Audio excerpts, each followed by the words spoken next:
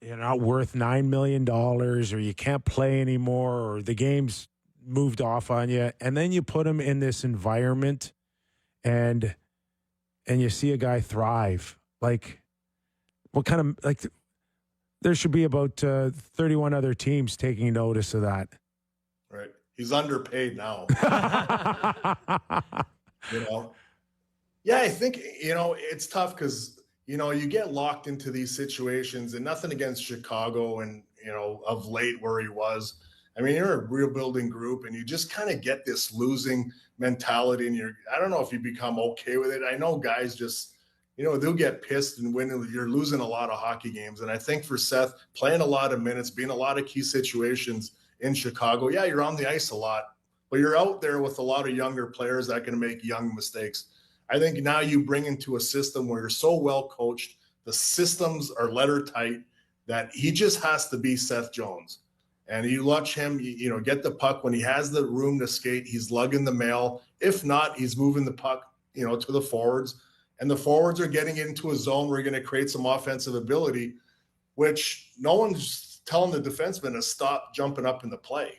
I mean, that's kind of a staple around the league. Florida does it very well, where you're adding that fourth and fifth guy. But guys, I tell you what, man, when you have that size and skate like that and cover a lot of ice, and this group is big, and to win in the Stanley Cup, you look at your back end, you got to be heavy.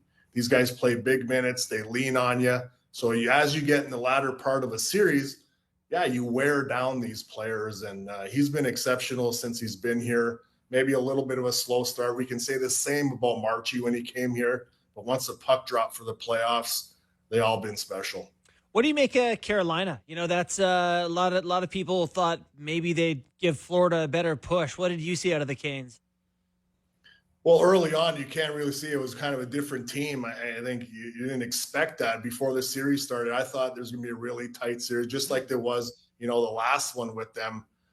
Could have gone either way. Florida just fortuitous on a couple of breaks that end up winning these overtime ones. But I think it's more realistic of what we saw in Game 4 and Game 5 of Carolina.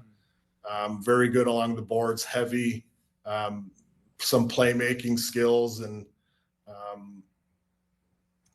But when you look at that group and you just see kind of how, look at last game, Florida obviously not the start, but once they found their footing, it was just like boom, boom, boom, Florida Panther hockey. And you felt the nervousness on the other side, but Florida really didn't give an opportunity to have the puck. Right. They kept possession a lot of the time. And that's when Florida becomes really dangerous, is when there is no turnovers and the puck's going north, and now you're getting in the offensive zone and spending less time in your D zone by good advancement by the D.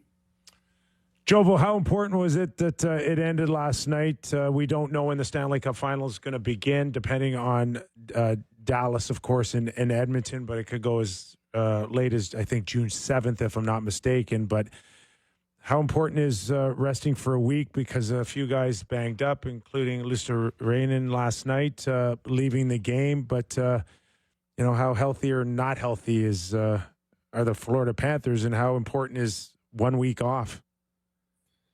Well, you've been all the way, Kipper. I mean, how many teammates are banged up at this point. I think, as we know, there's a few guys that got injected back in the lineup yesterday. I'm sure those guys probably a welcome, handful of days to kind of reset and get the bodies right. I'm hearing that if it ends, and Kevin, correct me if I'm wrong, that if it does end tonight, that the series starts June 4th, if not yes, June 2nd. Correct. Yeah, so there's some time in there. Well-deserved break. I'm sure they'll take a couple days here. Find out if they're going to face the Oilers again or have it kind of go on to another game. But anytime, as they say, rest is a weapon. How is Brad Marchand fitting in as a deadline acquisition? Oh, he's been great. And you see all the, he's having fun with it now too. I think for him, another opportunity, another, Stanley Cup, finals for him. But he's been really good, especially with the Finns. I mean, that line has been really good, as you saw, you guys, with the Toronto series, just kind of getting that chemistry, but really having fun, really kind of, enjoying his teammates. And And you can see him at the end of games enjoying this whole rat thing and just really kind of embracing it. You know, as you get older in your career, you take these moments for granted. I think we all know it all comes to an end at one point, and I think for him, you get another crack at it in the latter part of your career. Although I do think, you know, the guy can keep on playing and be a very effective player. But he's really enjoying his time here, and I know the organization, the fans especially, really enjoy him being here.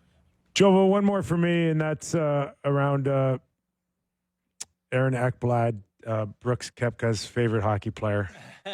That was like really weird, by the way, that whole thing, because Aaron Ekblad's really, really good, and I think he's just getting better and better, and he's a UFA, and like, I don't know, man, if I'm probably 25 other teams right now thinking I'm close to winning, I'd want to sign this guy. Just how important is he to the Florida Panthers?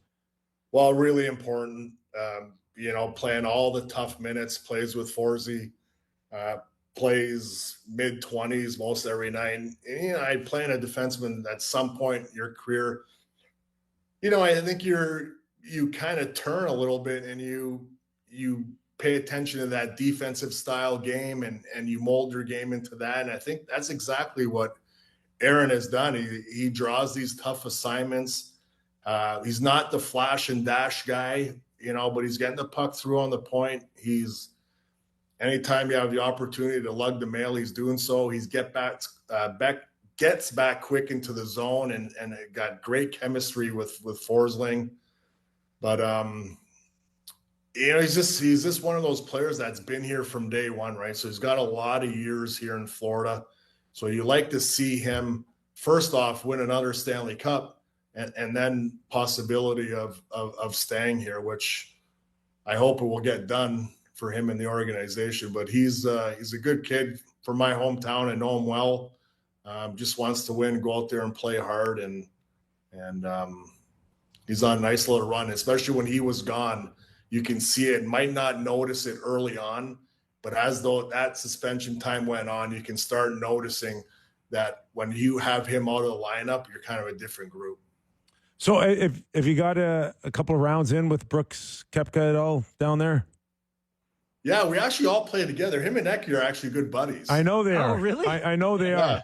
Hey, tell Brooks we want him on this show. We got to get him on, and we got to get his thoughts and ideas on the Stanley Cup Final minus the pylon on his head. Yeah, well, I'll try, Kipper. All right, buddy. Don't go out of your way or anything. And lastly, for those of you that aren't watching on Zoom here, Jovo's got the best golf tan I've ever seen, and it's. I thought we were interviewing Chris Chelios. There's three boxes. There's you, and then there's